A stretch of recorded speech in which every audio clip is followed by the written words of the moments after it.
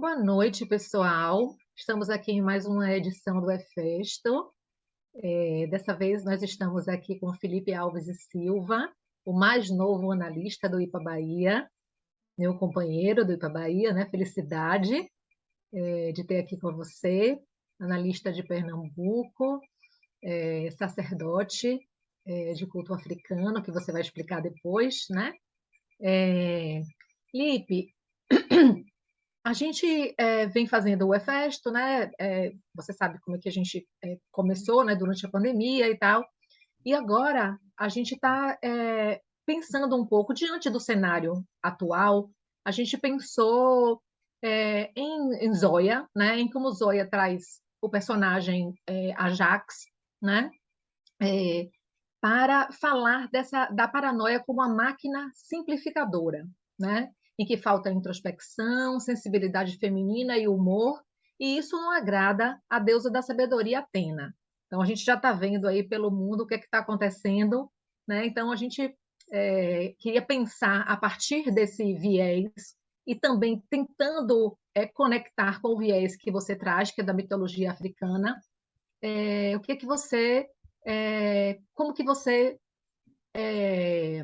veria alguns desses fenômenos contemporâneos, tanto individuais como coletivos, que a gente tem vivido, né? Negacionismo científico, movimento antivacina, a perseguição a identidades e minorias, essa política do cancelamento, fake news, a simplificação do discurso sociopolítico, né? Essa questão das eleições agora, né?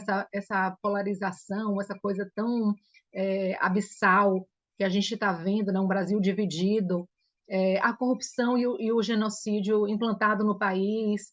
Então, o que o fenômeno paranoico fala da ausência, da integração dessa sombra, perdão, individual e coletiva? O que você pode trazer? Primeiro se apresenta e aí depois você fala um pouquinho aí disso que eu te perguntei, que eu te provoquei, na verdade. Boa. Ok, boa noite, bom dia, boa tarde, né? Para quem estiver vendo a nossa conversa aqui. Gratidão imensa pelo convite, estou super feliz. Bom, você falou de apresentação, então, sou Felipe Alves e Silva, sou psicólogo clínico em Recife, analista junguiano pelo IPA Bahia, né? Afiliado à JB e à IAP. Eu sou também sacerdote de culto ao orixá. Eu tenho aí 18 anos de sacerdócio, certo? Aqui em Pernambuco, tá? Então, eu faço esse trabalho hoje dentro da psicologia, esse trabalho de traçar esses dois conhecimentos. Mas eu faço um caminho meio inverso do que a gente costuma ver na questão do cientificismo, né?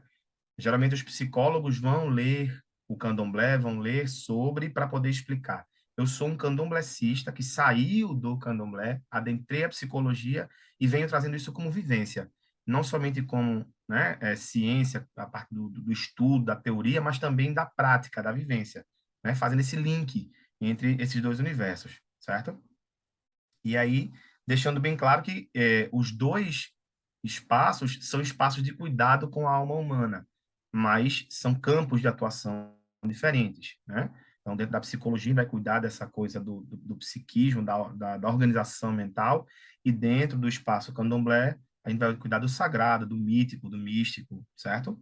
Da questão ritual.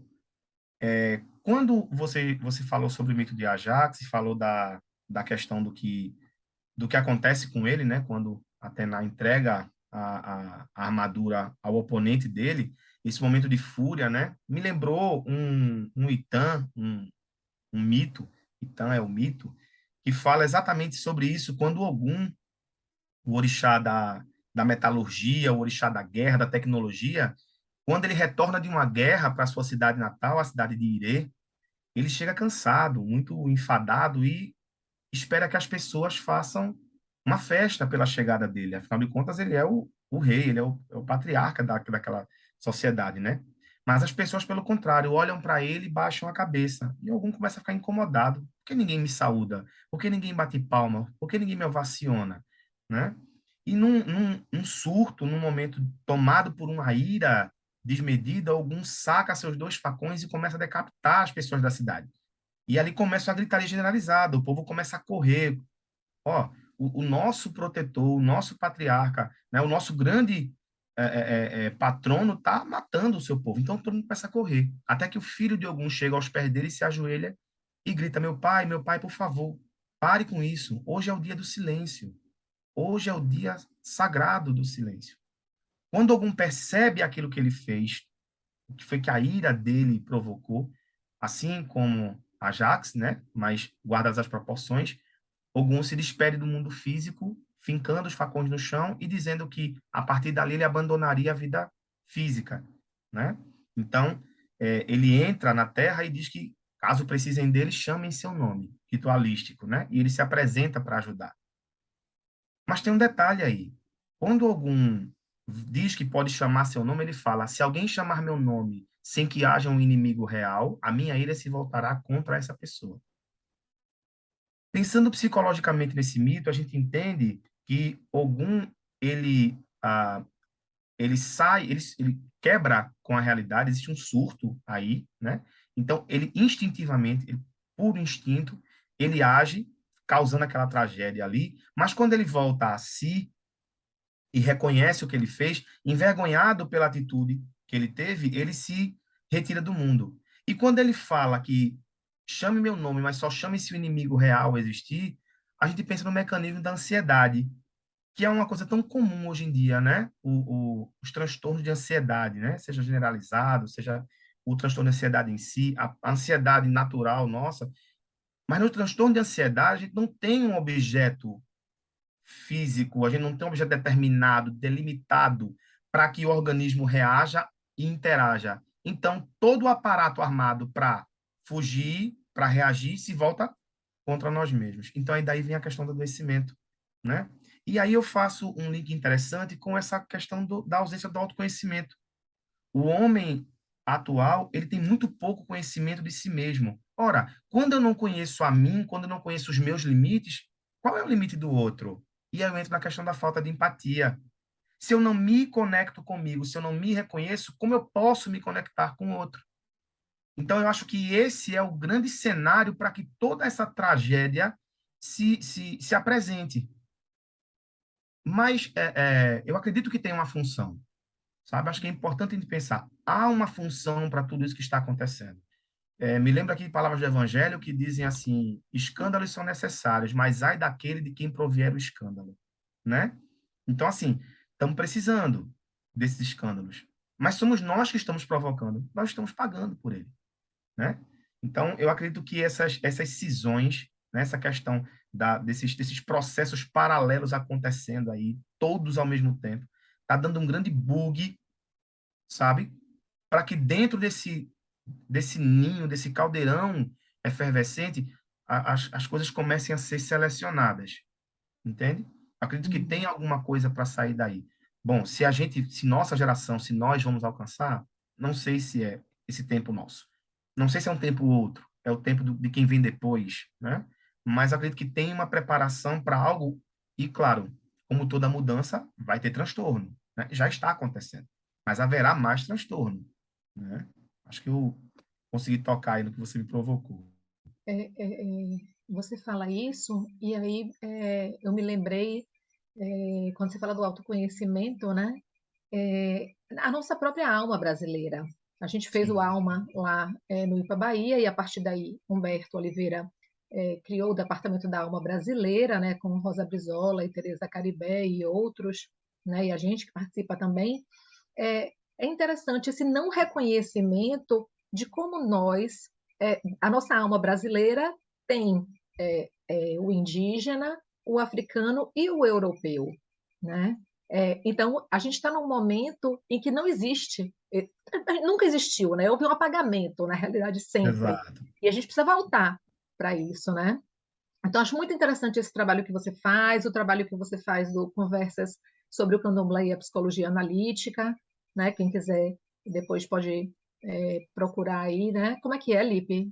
Você faz? Conversas sobre candomblé e psicologia analítica. São conversas quinzenais, onde a gente pega a cada encontro um orixá e a partir dali a gente começa a desdobrar, tirar conceitos da psicologia, né, dentro do mito, dentro do cântico, dentro dos símbolos do culto a essas divindades, trazendo o que você está dizendo, trazendo de volta, ou nos empoderando da psicologia a partir de nossa alma. Porque pensar a mitologia greco-romana, que foi a base, né, para Jung trabalhar essa questão do mito pessoal, os arquétipos, né, é interessantíssimo, sim, mas a gente está falando da nossa Constituição, é o nosso povo, né? Então, assim, já começa por não termos um mito fundante nosso. Então, Uhum, a gente sai pegando emprestado desses recortes que você trouxe, né? Dessas civilizações. Mas faz parte de nós. Então, vamos ligar. O europeu tem uma parte disso, mas falta esse restante para conectar, né? Essas partes têm que formar um todo. Acho que essa uhum, completude, esse nosso retorno às origens, a essas origens fundamentais, é extremamente necessário para a gente aprender a se lidar, entende? A lidar uhum, conosco mesmos. uhum. Muito bem. Então, assim, diante disso tudo que a gente falou e do que a gente está vivendo, né? Você acha que é o caos que nós estamos vivendo, o caos que antecede um novo ethos? Como é que na sua visão, e qual a natureza desse novo ethos? Como é que a gente pode pensar um universo fraternal? Olha só, quando você fala no caos, me vem à mente, e ficou muito forte para mim isso, um outro mito, e é interessante falar sobre isso, né? É mito porque não, eu vivo isso, mas as pessoas não vivem. Então, quem não vive aquela realidade, coloca isso no campo somente do mito. Para mim, o mito é uma fórmula, é uma forma de como eu devo agir. Dentro do culto ao orixá, nós nos fundamentamos nessa receita. Então, o que eu chamo de mito, aqui para colocar num campo da ideia científica, é para nós um comportamento, é ethos, né? Então, assim, me lembra o Itã, onde Exu, o orixá da comunicação, o orixá desse caminho do ir e vir entre o céu e a terra, dentro e fora, um lado e outro, masculino e feminino, né? No princípio da criação do mundo, quando o mundo físico estava sendo criado ali e faltavam os seres humanos que habitariam o mundo, o destino, Orunmila, foi com sua esposa, com sua mulher, Ieberu, era o nome dela, Ieberu, se a gente traduzir Ie, a mãe, Bi, que faz nascer, Eru, o carrego. Orunmila, o destino, e Eberu, sua mulher, foram até o Orum, o céu, e pediram ao Criador um filho. A gente está tão sozinho lá embaixo, por favor, nos dê um filho. E Olorum diz assim, olha, não tem ninguém pronto ainda para habitar a terra como ela está. Espera um pouquinho que isso vai acontecer. Senhor, por favor, nosso Pai, né, nos dê essa graça. Minha mulher está tão desejosa de um filho, de gerar uma vida. Ele diz, ó, não tem ninguém pronto. E eles dizem assim, mas quando a gente passou ali no na porta do seu palácio, tinha um ser parado na porta. Ele disse, aquele ser não está pronto para ocupar o mundo lá embaixo. Mas, por favor, nós nos responsabilizamos por isso. Deixa que a gente educa ele. Olorum, o Criador do céu, o Senhor do céu, né? Olô, Senhor, Orum do céu, diz, olha, vão lá e façam como tem que ser feito. Então, eles passaram a mão naquele ser, né, na cabeça daquele ser que estava ali, voltaram aqui para o Aie, para a Terra, e tiveram relações sexuais. Em 6 dias, nasce uma criança. E essa criança já nasce chorando, falando, pedindo, querendo, queixosa, desejosa. Minha mãe, eu tenho fome. E a mãe diz, meu filho, você é minha bênção. O que é que você quer comer? Eu quero comer peixe. E ela pede ao pai que vá no rio mais próximo buscar peixe.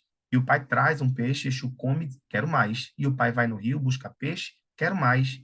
E ele come todos os peixes do rio, eu quero mais. E o pai vai até o oceano, tira todos os peixes do oceano e dá para o filho. O dia se acaba, o sol se põe, Exu satisfeito volta a dormir. No segundo dia ele começa a chorar. Minha mãe, tenho fome. Ela diz, meu filho, você é minha graça, você troca de roupa 200 vezes ao dia. 200 é um símbolo do que é incontável, do incomensurável, né? Para os Yorubá. Então ela diz, você pode tudo, o que é que você quer comer? Eu quero aves, minha mãe. E o pai, repetindo o dia anterior, vai pegando todas as aves do mundo criadas, ele come tudo e descansa. No terceiro dia ele chora e diz, minha mãe, tenho fome, o que é que você quer? Eu quero quadrúpedes, eu quero animais. Ele come todos os animais, ao fim do dia, ele dorme. A semana em Yorubá, ela é contada em número de 6 dias, né? No quarto dia, ele diz: Minha mãe, eu tenho fome, eu quero comer, eu quero comer. Ela diz: O que é que você quer comer? Eu quero vegetais. E ele come todos os vegetais que foram criados, da erva daninha à maior árvore que tinha sido criada sobre a terra. No quinto dia, Exu acorda chorando e diz: minha mãe, que fome, ai que fome, minha mãe. Meu filho, não tem mais o que te dar para comer, tem um pouco de paciência, tenho fome, tenho fome. O que é que você quer comer, minha mãe? Você. E ela diz: Meu filho, você é minha bênção, você é minha luz. Eis-me aqui, me devore. E Exu devora a mãe. Quando Exu devora a mãe, Orumila, o pai, fica alerta e diz: Opa, pera lá, já estava estranho, agora. Então ele corre para o Orum e pergunta: Meu senhor, o que é que eu faço? E o Criador do céu diz: Eu te avisei que esse não era um ser que deveria estar lá. Tome aqui essa espada e, no começo do outro dia, faça o que o seu ímpeto disser que você tem que fazer. No sexto dia, Exu acorda chorando. Meu pai, meu pai, eu tenho fome, eu tenho fome, eu tenho muita fome. Meu filho, não tem nada para você comer. O que é que você quer? Eu quero comer você. E o pai diz assim: Venha, que seja feito. Quando Exu se aproxima do pai, o pai pega aquela espada e pá, parte ele no meio. Parte ele em dois. As duas partes de Exu ainda têm fome e vão para cima do pai. O pai, pá, parte mais uma vez, viram quatro. E essas partes começam a se espalhar e o pai vai cortando essas partes. E Exu vai se multiplicando ao infinito e correndo por todas as partes, tentando fugir do pai, que vai picotando ele cada vez mais. E pedaços desse ser vão se espalhando por todo. Agora, somente a casca do mundo criada. Então, Exu corre até o último nível do céu, que para os Yorubá são 9. No último nível, ele fala: Meu pai, pare, pare. O que é que você quer de mim? E ele diz: Eu quero que você devolva tudo o que você comeu, começando pela sua mãe. E Exu diz: eu posso fazer isso, desde que aqueles que serão responsáveis pela terra primeiro deem de comer a mim. E Orumila, o destino, fala: Assim será feito. E aí Exu vomita todo mundo que ele tinha devorado: animais, vegetais, tudo, inclusive a mãe, né? Então, assim, esse mito de Exu devorando o mundo é interessante porque é um mito de apocalipse. É aquela ah, pré-ordem, ou seja, o mundo está todo criadinho, bonitinho, esperando só os seres que vão habitar e conviver nele, mas esse instinto puro, puro instinto, que não tem limites, chega e devora tudo. É caótico, ele sai comendo tudo. Mas que fome é essa? Mas o que chama a atenção é que ele devora a mãe, o ventre gerador. Devorou a mãe, acabou a possibilidade. Nada mais nasce. O que nasce sem a mãe? Entende? Então, assim, quando esse pai, essa consciência organizada chega e diz assim: pare e devolva, ele faz um pacto com Exu. Ele diz: ó, eu devolvo, mas se aqueles que vão habitar o mundo primeiro adorarem a mim. Exu é o orixá que tem o primeiro culto dentro do candomblé. Sem Exu, nada acontece. Exu é quem leva e traz energia. Exu é quem faz a minha intenção virar ato. Entenda, quando Exu engole o mundo inteiro está contido em Exu. Quando Exu vomita o mundo inteiro tem a essência de Exu. Ou seja, para nós do candomblé, o mínimo grão de areia tem Exu, tem energia, o ser de maior porte, a maior árvore, o maior mamífero do mundo, tem Exu. Ele consegue estar e agir por isso. Quando você fala na questão do caos, foi necessário que tudo isso acontecesse. Veja, houve um aviso do Senhor do céu, o Lorum, o Criador. Não é alguém que esteja pronto para estar lá. Esses instintos que nós trazemos e que, de alguma forma, não vão sendo tolhidos, porque aí se eu falar demais, me dê um toque. Mas, assim, nós estamos de cara com algumas gerações, de algumas gerações para cá, 2 gerações para cá, a gente tem lidado com seres que não têm tido consciência de limite, porque esse limite não é dado pelos seus criadores. A criança, ela tem essa falsa sensação de onipotência, que é: chorei, tá lá o peito. Senti frio, eu tô aquecido. É, é, parece que ela não é nem parida, entende? No ventre, ela não sente fome, não sente sede, não sente incômodo, não se limpa, o cocô é limpo, o xixi é ali, né, tirado de cena e tá tudo muito perfeito. Então parece que você nem é parido. Você não pode recriminar um filho porque você está humilhando ele. A escola não pode castigar a criança porque está sendo constrangida, é constrangimento ilegal. né? Quem bota a ordem? A criança sai de casa sem uma ordem inicial, primordial. E quando ela chega na sociedade que exige dela etos, comportamento regular, um comportamento coletivo, não quero não, eu estou com fome, eu quero comer tudo. Olha só, entende? Uhum, Então, assim, é preciso que hajam, e vamos pensar, talvez a pandemia tenha sido um prenúncio do que seria esse grande boom para esse caos acontecer. Uh-uh. Foi só uma retraçãozinha assim, tipo assim, encolhe os dedinhos para não serem levados. Mas depois, ó, as garras voltam a se arvorar sobre a terra, sobre o outro, a falta de respeito, né? A falta de empatia, essa coisa da humanidade, né? Desse comportamento social coletivo, sabe? Então, acho que essa sombra, para além de pessoal, individual, é também uma sombra coletiva, né? Eu quero, entende? uhum, Isso vai daquele ser que tem mais poder, vamos falar assim, financeiramente no mundo, que são os que têm muito dinheiro para fazer tudo. Eu quero comprar uma ilha, eu tenho, eu quero comprar o que eu quiser, eu tenho para comprar. Você não sabe nem o que dar de presente para uma pessoa dessa, né? Tem tudo, né? Mas até o mais pobre que vai arrumar alguém para ser inferior a ele, para tentar uhum, exercer poder, entende? Então, é um uhum. narcisismo que acho que está entranhado e está se repetindo porque são pais despreparados que geram crianças que vão crescer despreparadas e que vão gerar outras crianças cada vez mais cedo.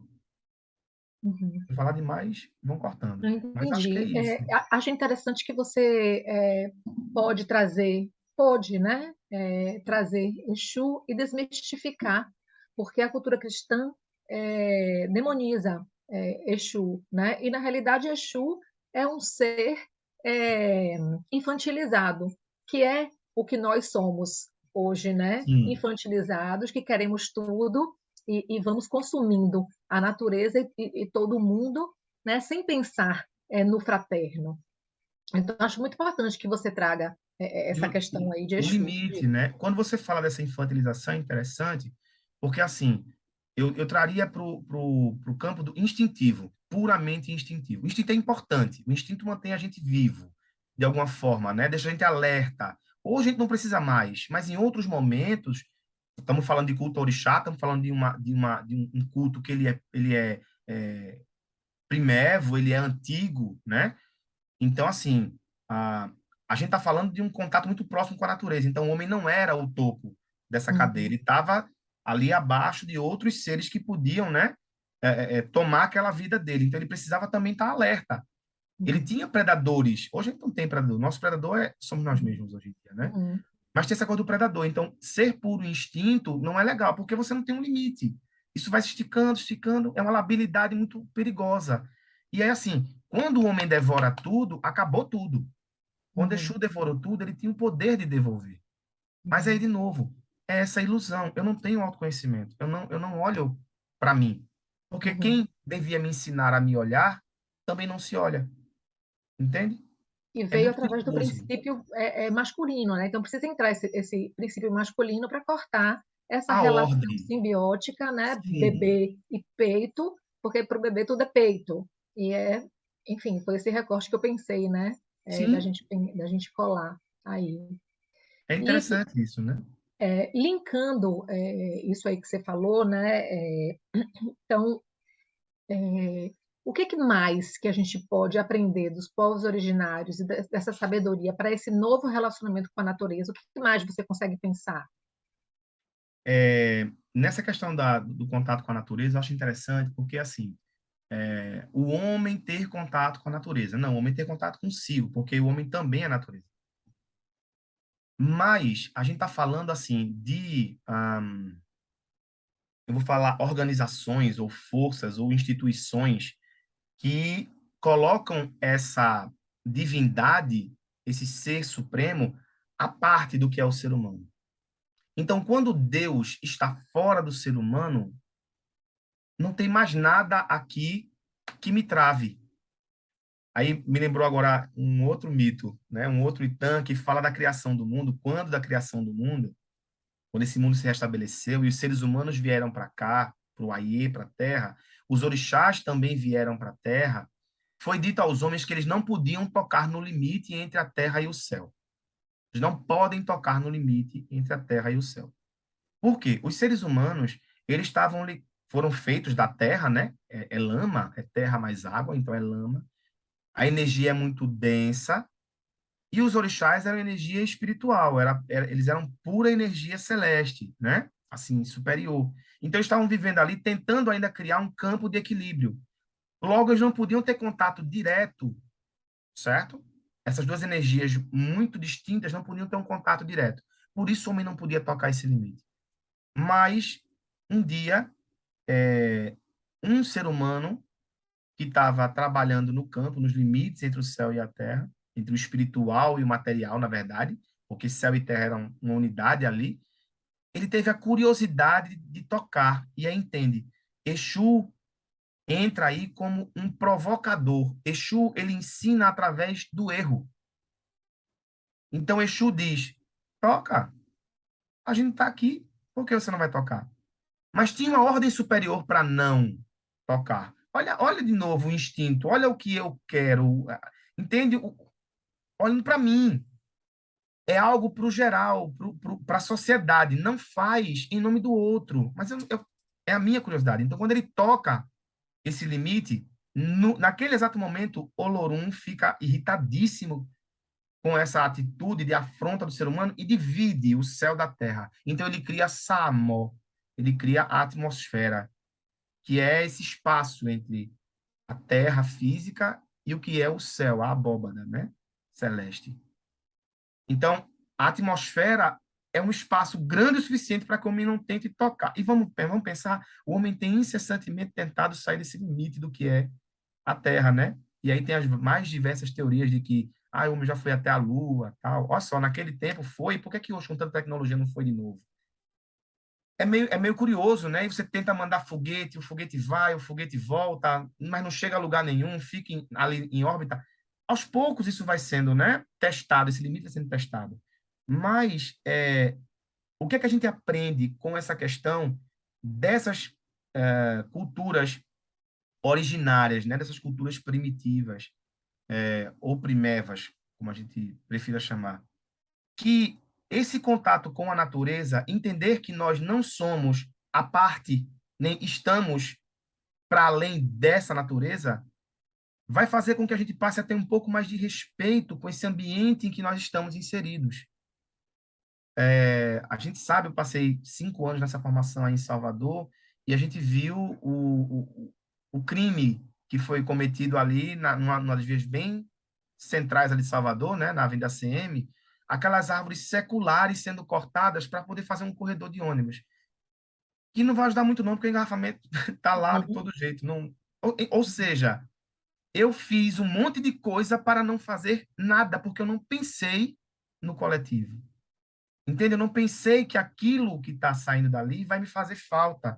Que aquilo, a mesma ideia, a Amazônia, ele tem um governante que fala, é muito grande, mas de onde se tira que não se coloca, acaba, cidadão. São árvores também seculares. Mas Uhum. vamos replantar mais 1.000 árvores. Daqui que elas façam 100 anos, acaba o sigilo, né? Muito Então, legal assim, você trazer isso. é porque, assim, entende que a coisa do imediatismo só se pensa no agora. Então, assim, quando a gente deixa de pensar que Deus está entre nós, que nós somos Deus, quando Deus está muito longe, eu posso fazer o que eu quiser, mas eu não estou fazendo com Ele. Eu estou sob a égide dele, eu posso ser castigado por Ele. Mas não é Ele, não, eu sou castigado por mim, pela minha consciência. Eu faço comigo, é autorreflexivo. Uhum. Entende? Aí fala assim, ele é de candomblé, ok, ele está falando que cortou a árvore. Mas e o sacrifício animal que acontece lá no terreiro? Vamos pensar, o sacrifício animal dentro das... Olha, a gente tem sacrifício humano em religiões e cultos mais antigos, né? O sacrifício, ele é parte de uma grande estrutura que mantém a ordem. Nada é sacrificado hoje em dia. Ninguém quer abrir mão de nada.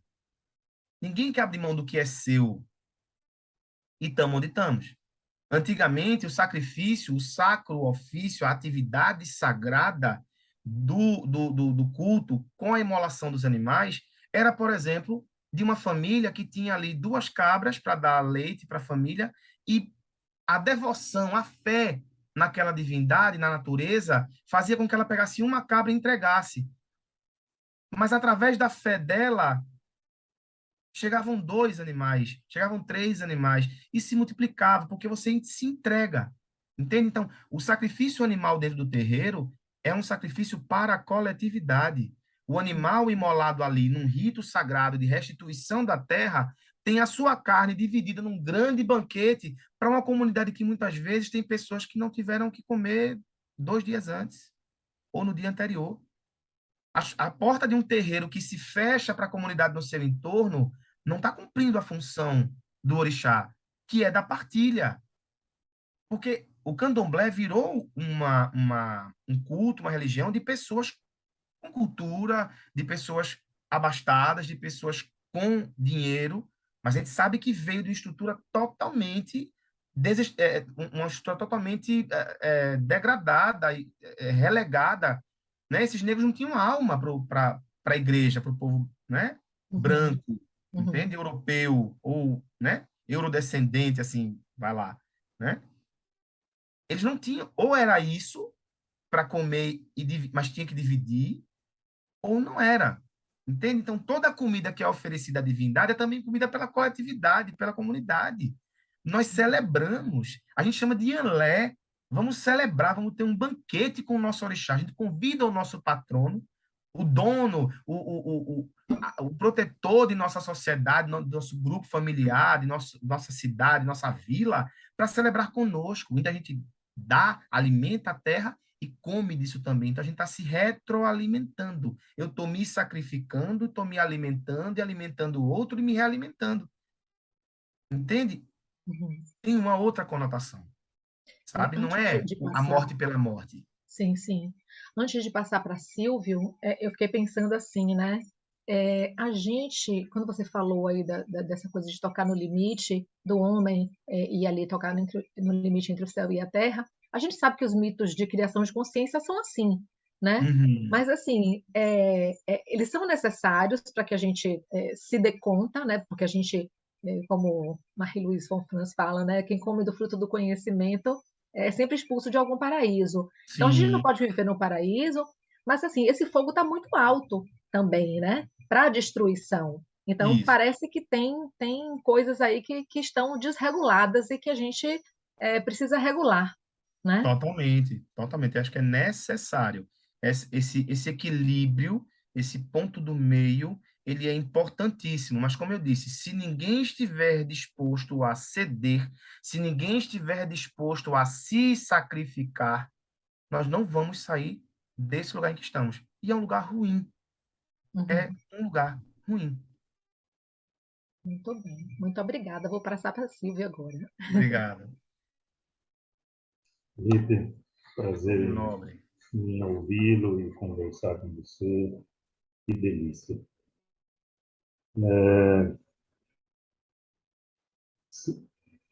Qual é a sua opinião acerca da participação STIC, ou seja, desse movimento de massa a qual estamos todos aí presenciando e sentindo os efeitos, né? Você sente que é como se as pessoas ainda não se deram conta de que nasceram? Acho que um pouquinho antes da gente iniciar a nossa gravação aqui, você falou alguma coisa sobre isso, né? Gostaria que se você pudesse apresentar aquela ideia novamente, né?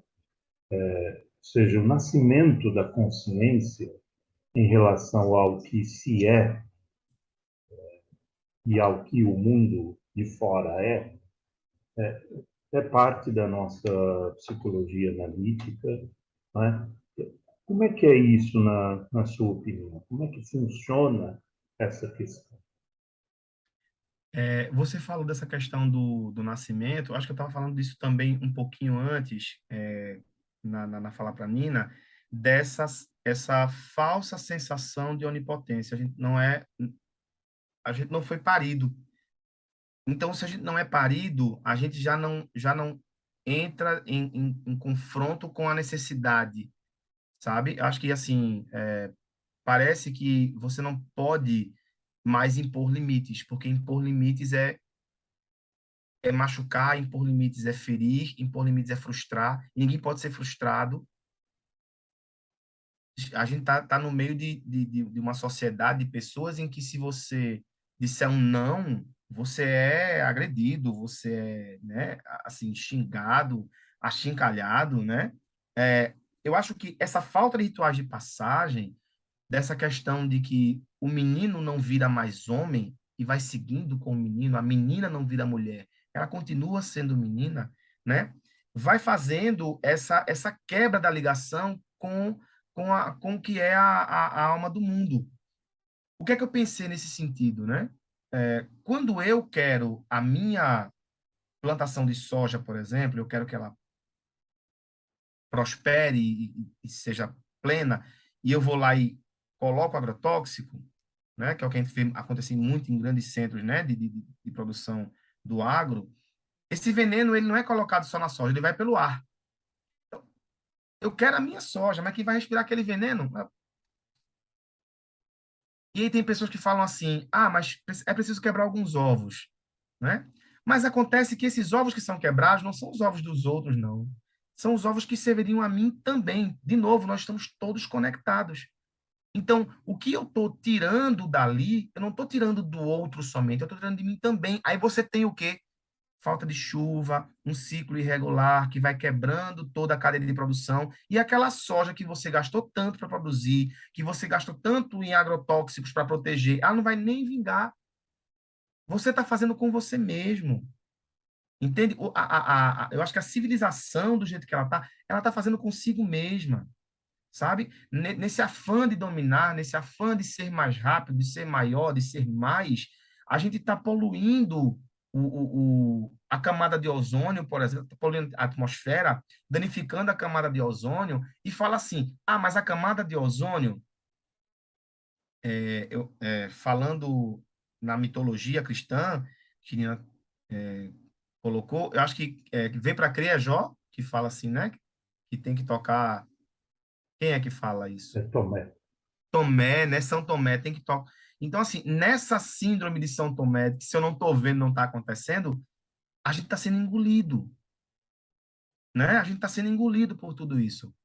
Então, eu acredito que essa quebra com a alma do mundo, essa falta de conexão, onde eu não vejo nada além daquilo que eu toco, que eu pego, que eu posso, está nos levando para a boca do leão, sabe? Está levando a gente para esse lugar, para essa beira de abismo, né? Me lembrei agora de uma música de Nação Zumbi, que é chamada Sonho, e ela começa dizendo assim: estão comendo o mundo pelas beiradas, roendo tudo, quase não sobra nada, sabe? E isso é do coletivo. E vou lhe dizer, é triste eu ter essa consciência e eu tento me policiar nesse sentido, mas quando eu uso meu aerosol, é para o meu conforto. Quando eu ligo o meu ar-condicionado, é para o meu conforto. Mas eu tenho que pensar que fazer isso para mim é prejudicar de alguma forma o mundo inteiro. É aquela história assim, não, é só o meu papel de bombom. Entende? Só que o meu, com o de mais de milhões de pessoas que pensam igual a mim, naquele surto egocêntrico, vai fazer com que nossos grandes centros alaguem, desastres aconteçam. Aí eu pergunto a você, chuva é bom ou é ruim? Pergunta para o nordestino que está esperando para o milho nascer. Uma dádiva. Pergunta para as pessoas vizinhas do meu bairro aqui, de um bairro Monte Verde aqui, onde tantas pessoas morreram. Chuva é sinônimo de medo. Assim, até me toca isso, porque assim, como é que nós estamos encarando e vivendo o que de forma holística é uma bênção. A chuva é uma bênção. Para nós do candomblé, a chuva é essa água que semeia a terra, que faz germinar, né? É o pai jogando a água sêmen que fecunda essa mãe terra para trazer vida, mas aqui traz morte. Entende? Aqui traz perdas, aqui traz desastres. Entende? Os grandes centros urbanos, que a gente vê assim, eu fico chocado quando eu vejo imagens de centros como São Paulo, como Minas Gerais, como Rio de Janeiro, onde a água leva coisas de enxurrada. Gente, sabe assim, é humanamente É inacreditável, assim. Como é que é humanamente possível aquele tanto de água no meio de tudo aquilo ali? Entende? De novo, Silvio. Somos nós fazendo conosco. Não é a natureza. Somos nós. Só que a gente não enxerga. Quando a gente separa, a gente tenta achar um culpado para tirar da gente, né? Não sei se eu respondi a sua pergunta, mas acho que Sim, fui levado para esse lado. legal. Bem, ah, o susto ou a crise da pandemia, que estamos aí desde 2020, e aparentemente passou, né? Mas eu acho que ainda não passou, né? Mas após esse susto, pelo menos, né? Esses primeiros momentos aí dessa situação terrível, o que pode ser forjado no interior das pessoas? A profundidade da alma. Você sente que é possível, diante de tudo que aconteceu, nós, homens, fazermos alma, e em especial nós brasileiros, né? Que perdemos aí quase 700 mil pessoas, né? 700 mil brasileiros morreram. Sim. Será que dá para fazer alma com tudo isso? O que você sente? Eu vou te pedir que você me puxe de volta com essa pergunta: será que dá para fazer alma? Eu pensei nessa coisa da pandemia, né? Que você falou de susto. Olha que interessante. Vamos de Itã, vamos de mito. Quando o Lorum determinou que o mundo fosse criado, ele deu a Oxalá, a grande divindade, Oxá, um lá, a divindade maior, né? Um lá grande. Ele deu o dever de construir esse mundo. Então, ele entregou o Ipori, o saco da criação, e disse a ele: meu filho, vá lá e crie o mundo. Mas antes de ir, faça rituais propiciatórios a Exu. Oxalá disse: eu, filho do grande Criador, direto dele, eu nasci dele, vou render culto a Exu. Exu que tem que render culto a mim. Ó, sai com seu séquito para fazer a criação do mundo. Ele vai ir até os limites do Orum, né? Ele tenta chegar lá. Mas Exu ouviu aquilo dele e disse assim: ah, não vai não? Então tudo bem. Se eu sou o criador dos caminhos, se eu sou o caminho, vou te dar caminho para andar. E Exu dobra o caminho. Dobra, e Oxalá, não? Roda, roda, roda, roda. Lembrando que tudo que seria criado materialmente já estava plasmado no mundo espiritual. Então eles passam por uma lagoa e os súditos, Oxalá, grande divindade, temos sedes. Calma, vamos primeiro fazer isso aqui, depois a gente bebe.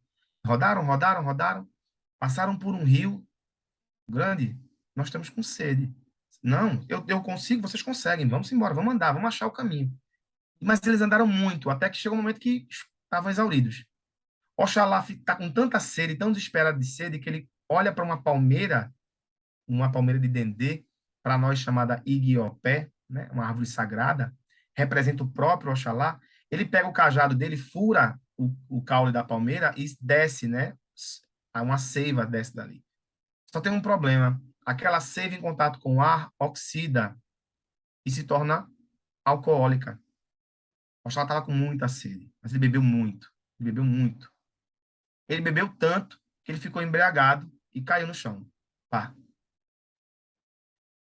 Olha só, ele não criou o mundo. Foi a irmã dele, Odua, a única divindade feminina entre os orixás primordiais, que criou o mundo. Então, o mundo físico foi criado por uma divindade feminina, porque o masculino se recusou a seguir as orientações do grande Criador.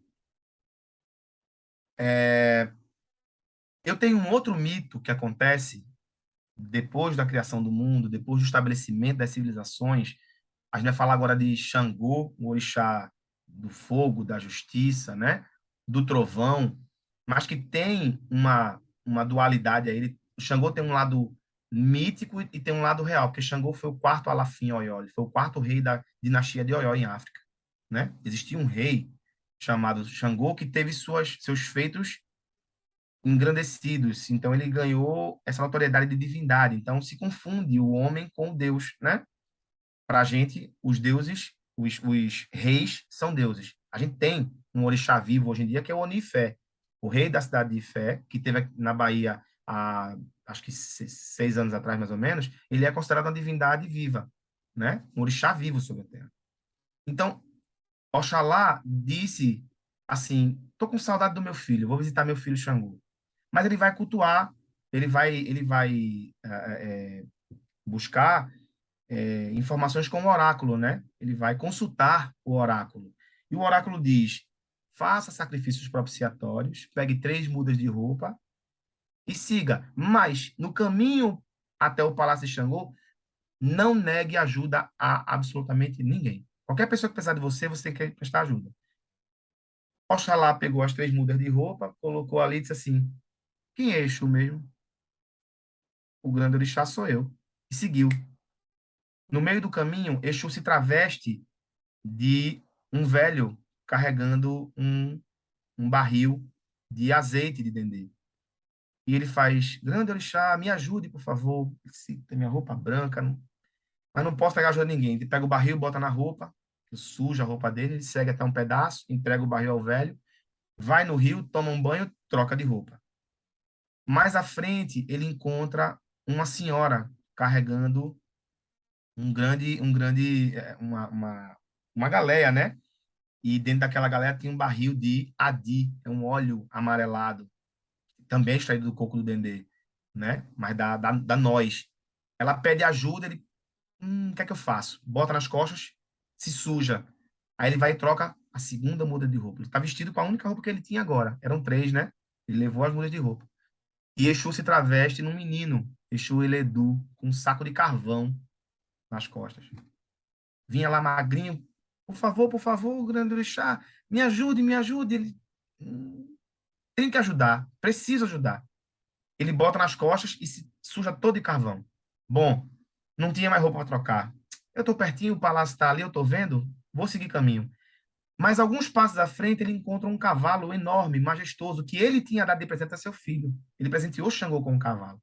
Ele diz: o cavalo de Xangô deve estar perdido, vou levá-lo para o palácio. Quando ele pega o cavalo de Xangô para levar, os guardas reais encontram com ele e falam: olha ali o ladrão, foi ele que levou o cavalo de Xangô. Não, não, não, eu sou o pai dele. O pai de Xangô, o senhor do branco, sujo desse jeito? Você está de mentira, rapaz? Você está preso. Vamos dizer a história: esteja preso. E pega Oxalá e leva e prende Oxalá nas masmorras do Palácio de Xangô, como o ladrão do cavalo de Xangô.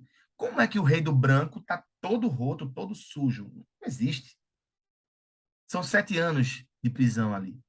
São 7 anos de degradação, de caimento do reino de Xangô. Até que Xangô fala assim: o que é que está acontecendo que meu reino está só de mal a pior? Quando ele vai consultar o destino, o oráculo, é dito: uma grande justiça está acontecendo embaixo do seu palácio. É quando Xangô manda o seu guarda real olhar nos calabouços ali e encontram o pai dele naquele estado deplorável, né? É daí que surge o ritual das águas de Oxalá. Oxalá é retirado dali da masmorra, levado para o rio, ele é banhado, são feitos cânticos de culto, são feitas ofertas, oferendas a ele, de todo tipo de iguarias, e ele é levado de volta ao palácio do rei Xangô. O que é que eu quero dizer com isso? Por 2 vezes, Xangô, Oxalá foi alertado, tanto na criação do mundo quanto na visita a seu filho Xangô. 2 vezes foi dito: faça sacrifícios propiciatórios. Ou seja, sacrifique-se, dedique seu tempo a, prepare-se para. E Oxalá, com aquela teimosia, uma teimosia típica daquela pessoa que diz assim: não, isso aqui, tudo aqui é meu. Se qualquer coincidência com a humanidade é mera coincidência, né? Ele não faz. Sabe o que eu penso em relação à pandemia? Foi o. Eu não digo. Vamos lá, foi o primeiro susto. O primeiro aviso foi dado. O que é que o homem fez? Que nada. Entende? E aí você tem de grandes líderes mundiais que dizem assim: não, isso vai ser, como é que chama? Contágio de rebanho, né? Vai perder força. É só uma gripezinha, né? Isso não mata ninguém, não. E aqui foram 700 mil, em outros lugares foram 500, em outros, né? E continua morrendo gente. Ah, olha, está em queda significativa, foram somente 100 mortos. Gente, 100 mortes por uma doença que hoje já tem um controle. Quando se disse assim, ó, usa máscara. Não, não usa máscara. Pode em lugar aberto, não pode em lugar fechado. Pode em lugar aberto, as pessoas se jogavam em lugar aberto. E aí você fala assim, eu sou jovem, eu tô forte. Mas você pega aquele vírus e leva para casa e adoece a sua avó, e adoece o seu pai, adoece a tia. De novo, a falta de consciência coletiva, né? O olhar para si só, esse poder que eu não sei de onde vem esse poder que o ser humano acha que tem, sobre tudo e sobre todos. Onde o eu, o ego, no sentido mais, assim, acho que devastador de ego, sabe? Se assentou e o homem se figura nesse sentido assim. Não, eu posso, eu aguento. Eu. Então, acho que o primeiro susto foi dado.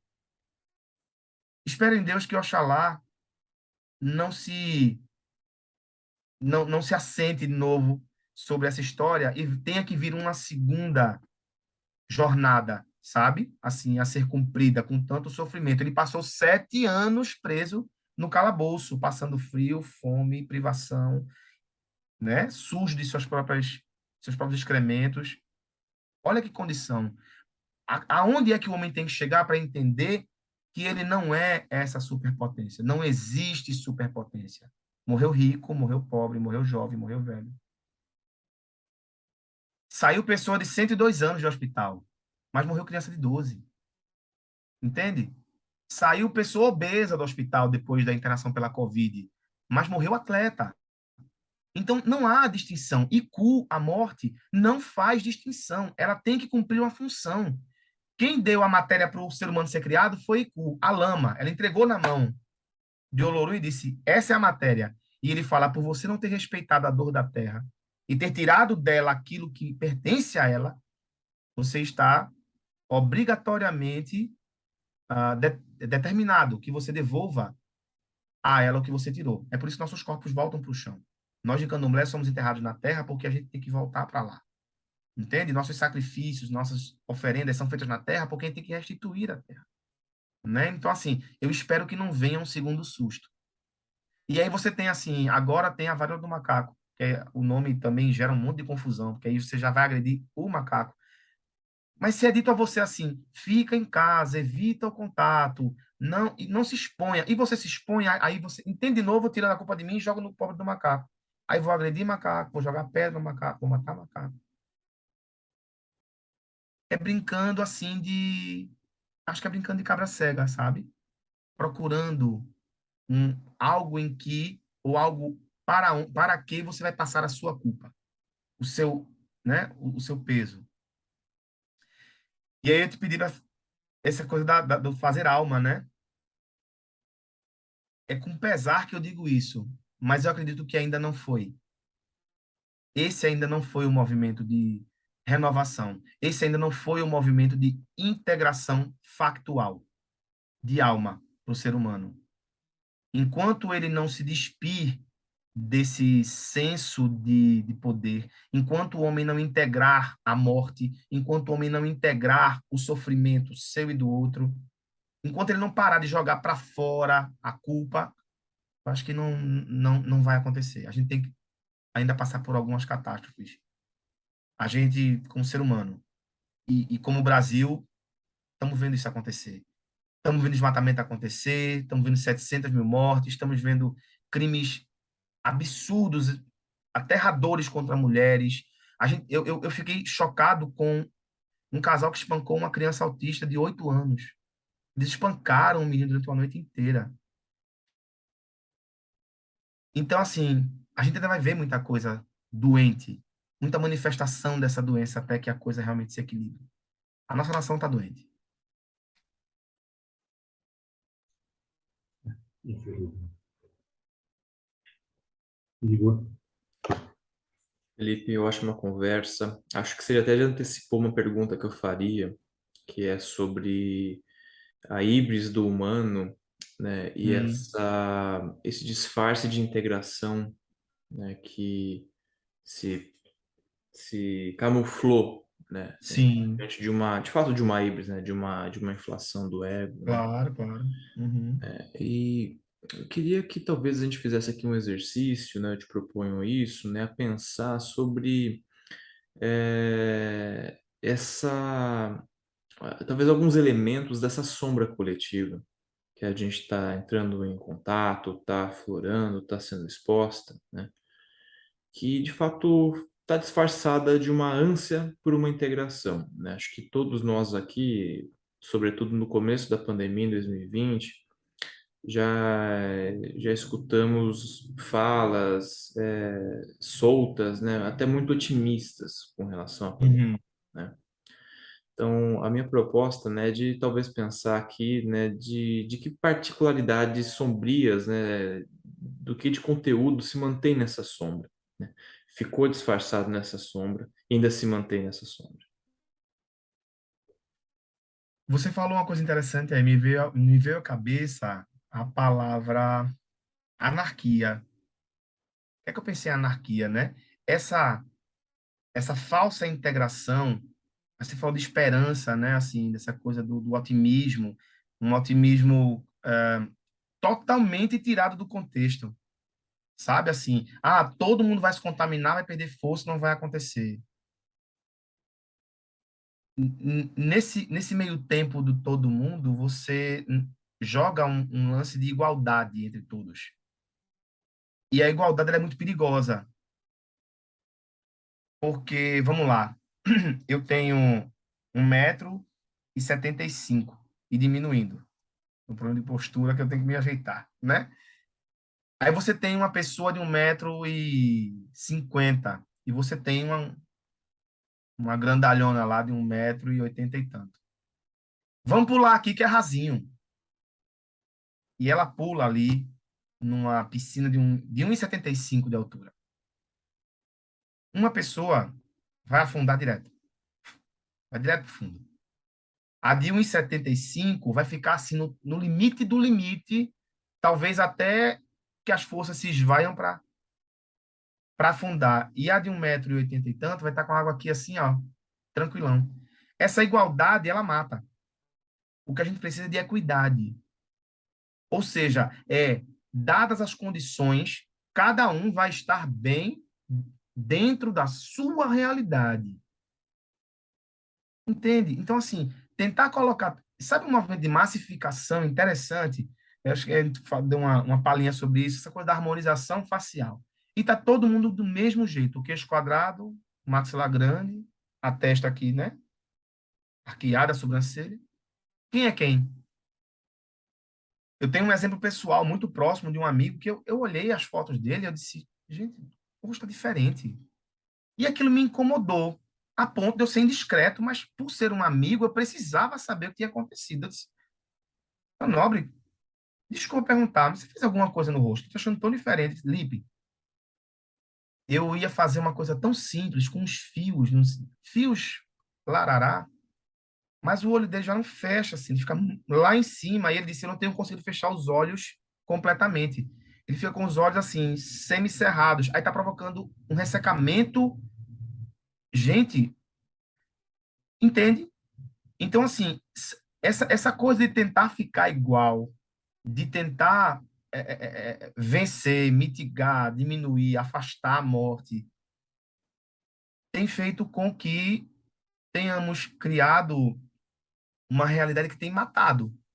Eu acho que isso é em relação à pandemia, eu acho que isso é em relação a procedimento estético, eu acho que isso é em relação à alimentação, sabe? Eu acho que esse movimento tem vindo como uma areia movediça, sabe? Olha para cá, ó, dá para passar, é plano. A morte está ali, sorrateira, esperando acontecer, sabe? E é nesse detalhe, entende? É no que parece que dá para todo mundo que o detalhe está morando e que o tá assim, ó, de pé, tô aqui para cumprir a função.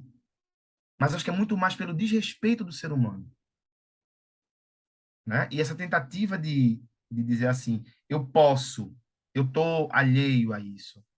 E acho que a cobra morde o rabo quando a gente fala lá na frente, quando a gente disse assim, se Deus não está aqui, se eu não sou Deus, eu posso fazer. Não, um castigo eu aguento.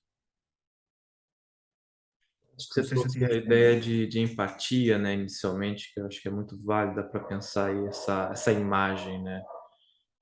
Para ter empatia, a gente tem que primeiro também se reconhecer, né? Então, se eu tenho 1,90 e consigo ficar de pé nessa piscina, né, nessa corrente, nesse rio, não é todo mundo que tem 1,90.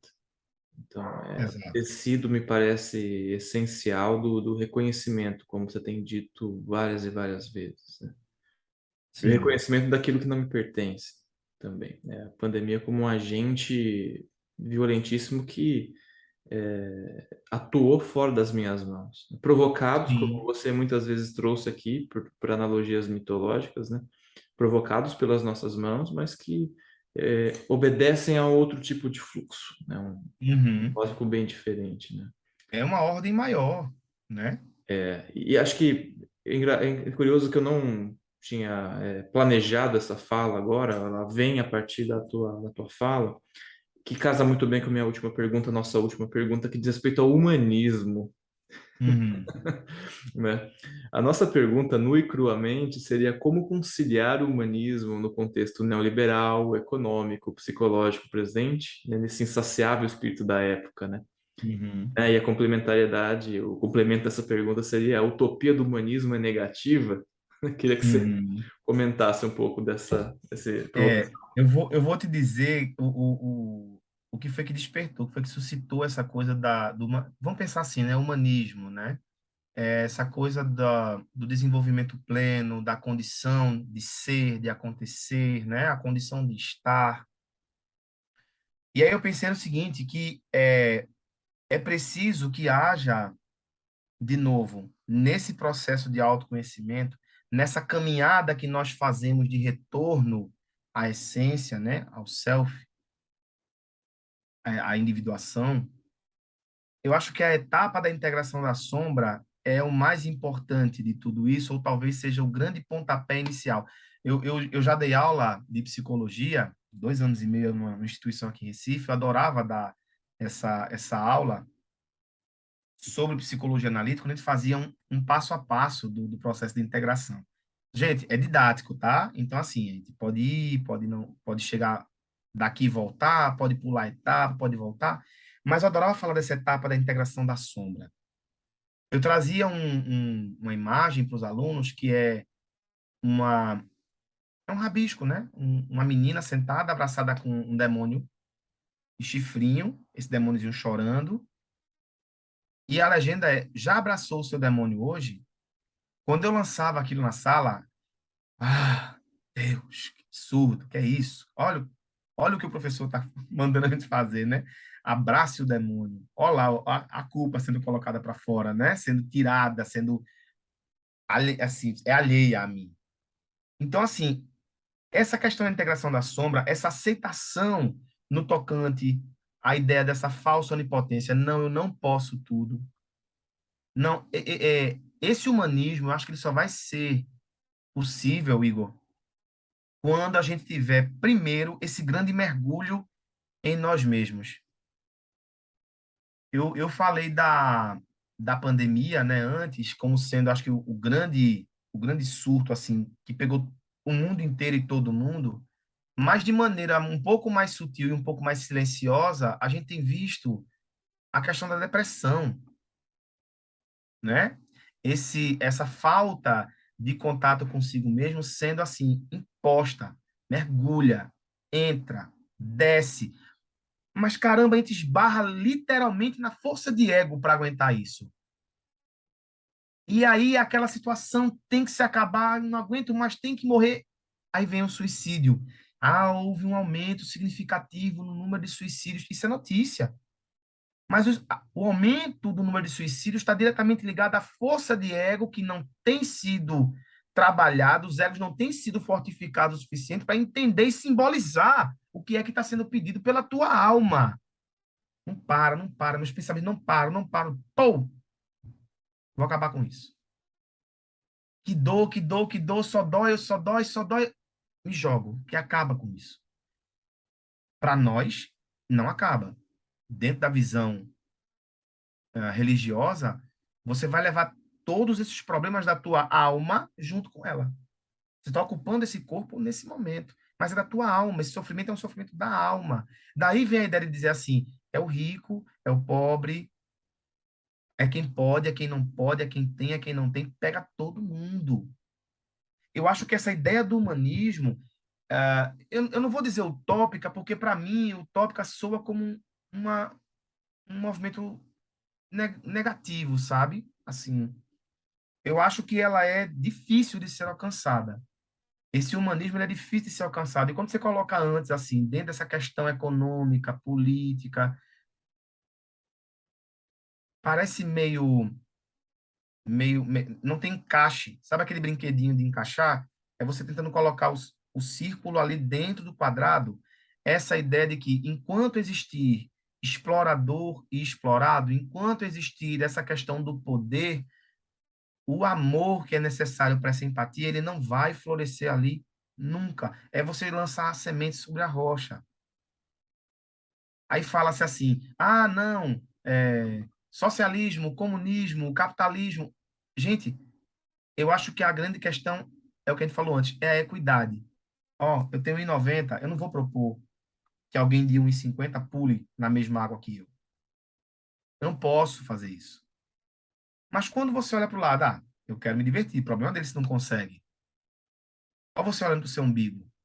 Olha você matando. Jung já falava isso, né? Essa questão do amor e do ódio, né? Não é antagônico. Amor e ódio estão ali. São afetos. O ódio é esse amor adoecido. O poder é o contrário do amor. Porque esse poder vai fazer você não enxergar absolutamente nada além do seu próprio nariz, além do seu próprio umbigo. E veja, hoje estamos numa sociedade de pessoas que estão olhando para baixo. Olha o celular aqui, olha a tela. O olhar para frente, o vislumbrar as possibilidades, essa coisa de alcançar todos os limites, até com o próprio corpo, está extravasando para o que é o social. Eu não olho para nada além do que está ao meu alcance, ao alcance do meu toque, é o que é confortável para mim, aquilo que não me tire do meu lugar ali, da minha zona de conforto. É mais do que autoafirmação. Eu acho que é egoísmo.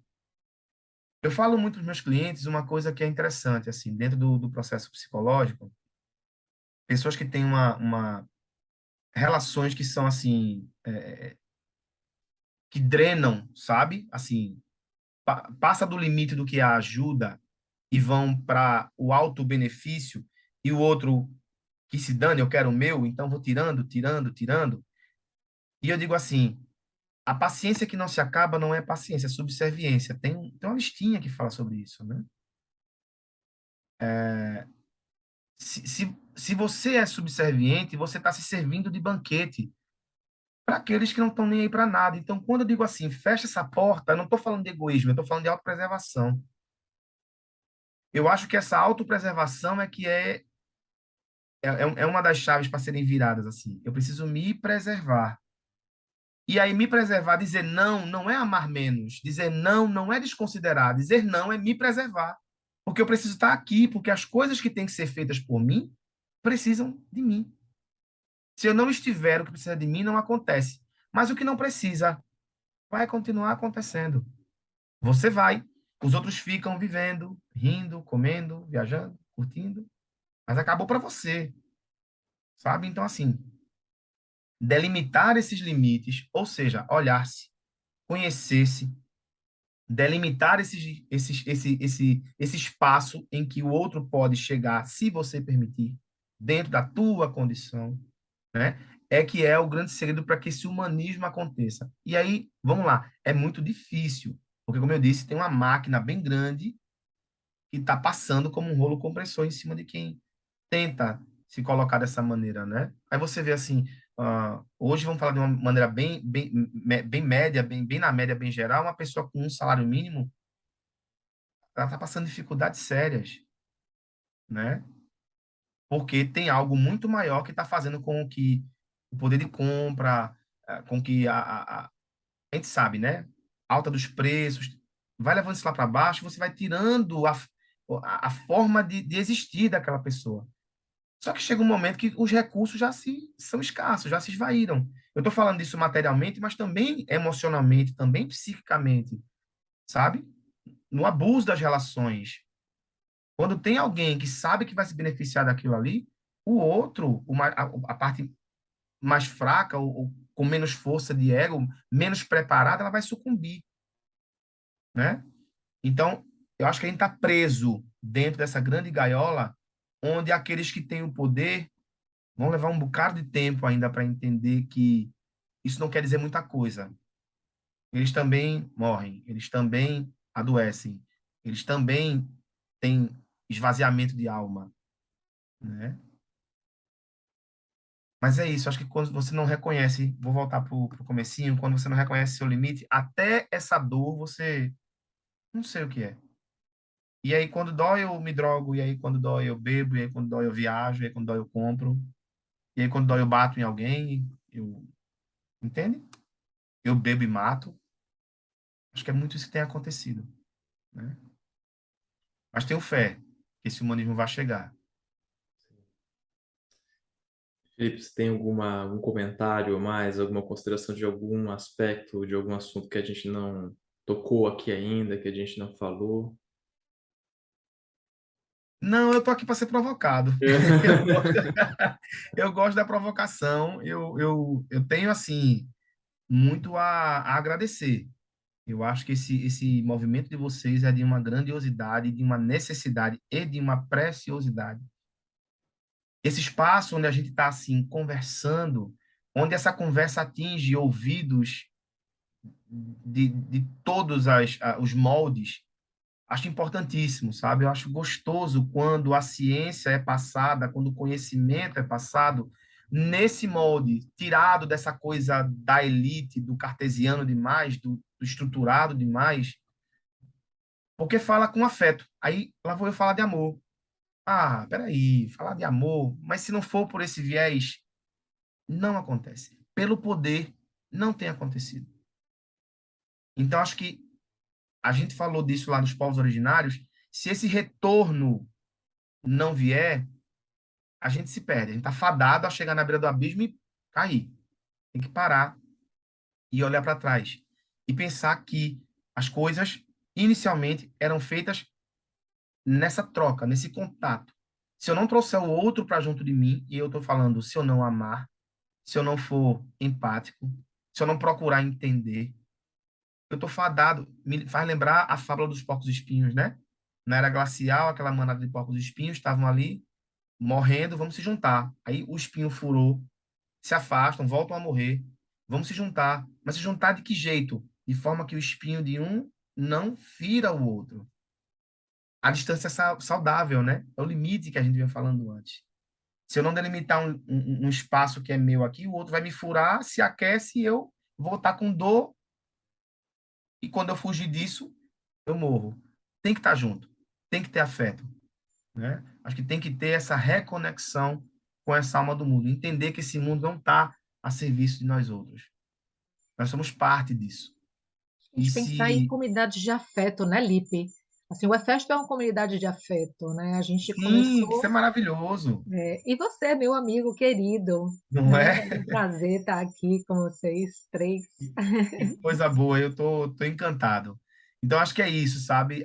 Esse afeto, ele é necessário, né? Ele é esse substrato onde tudo vai passar a se desenvolver. E quem olha diferente disso, tem algo errado, sabe? Vê essa polarização que Nina tocou antes, né? Vê as pessoas com essa ideia de que, foi com outro. Eu não perdi ninguém para essa doença. É doído, né? Mas, Nós que assim, cuidamos do outro, né? A gente precisa se cuidar. E onde é que a gente se cuida? A gente se cuida nas exato. nossas comunidades, né? Nas relações, exato, né? Nos nossos processos terapêuticos também, né? Quando não somos expulsos dele,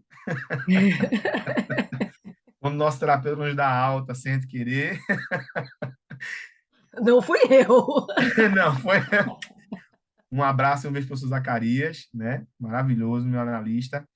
Mas eu acho que é isso, né? Aquele momento em que se fala assim, voa, né? Você precisa. É isso. Você tem força para ir, né? Vai, né? Se perceba, sabe? Acho que é esse o processo. Acho que o nosso O papel é trabalho, importantíssimo, porque você tem aí, né, você conhece os dois lados, né, assim, do que a cultura africana, como você falou, você vivencia e você traz para o pensamento da psicologia analítica. Então, uhum. acho que você tem um papel aí muito grande para ensinar para a gente, né? Eu fico encantado, assim, tá nesse meio, nesse meio que está assim fomentando tantas ideias, sabe? Eu tenho visto tantos trabalhos legais. Eu comecei em 2016 com as conversas sobre candomblé e psicologia analítica, com uma proposta, Igor, Silvio, né, que não estavam por dentro da coisa, de trazer essa leitura, mais uma porta para olhar a psicologia analítica, mas assim preservando a língua original. Eu acho tão importante, porque começa a essência, né? A energia já tá ali no nome, né? Eu falei para vocês de Ogum, orixá da metalurgia, né? Da tecnologia, ou aquele Gun, furar. Ogum é aquele que fura, que penetra, que abre caminho. Olha que interessante. O que é a tecnologia se não abrir caminho nas trevas da ignorância para poder otimizar, né? Um processo. E não está falando só de computador, a gente está falando da enxada que abre a terra, que com a mão é meio difícil, né? A gente está falando do arado, né? Que rasga a terra em vários sulcos para a gente poder fazer em vez de um por um, né? Então a gente vai falando desde o do mais essencial até o que é isso aqui, a ciência. A ciência. Negar a ciência é negar Ogum. Eu não consigo entender como é que alguém de culto orixá se nega a tomar vacina. Negar a ciência é negar Ogum. Entende? Então, assim, a gente precisa abrir os olhos e o coração para isso, né? Acho que é esse o meu prazer. É ver, assim, trazer as conexões. Para quem já conhece um pouco da mitologia africana, aí fala assim, pô, faz sentido. Para quem não conhece, o olho brilhando assim, encantamento. Nossa, era isso. Eu acho isso fantástico. É meu grande prazer. E estar aqui está sendo um grande prazer, sabe?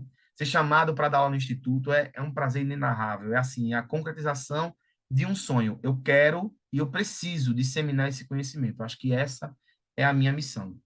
E vocês estão me dando a oportunidade de fazer isso aqui também. Gratidão imensa sempre, certo? Vida longa é festa. Tá longa. Obrigado, Felipe. Obrigado mesmo. Um Gratidão a abraço vocês. muito fraternal. Um obrigado muito grande também pelo aceite.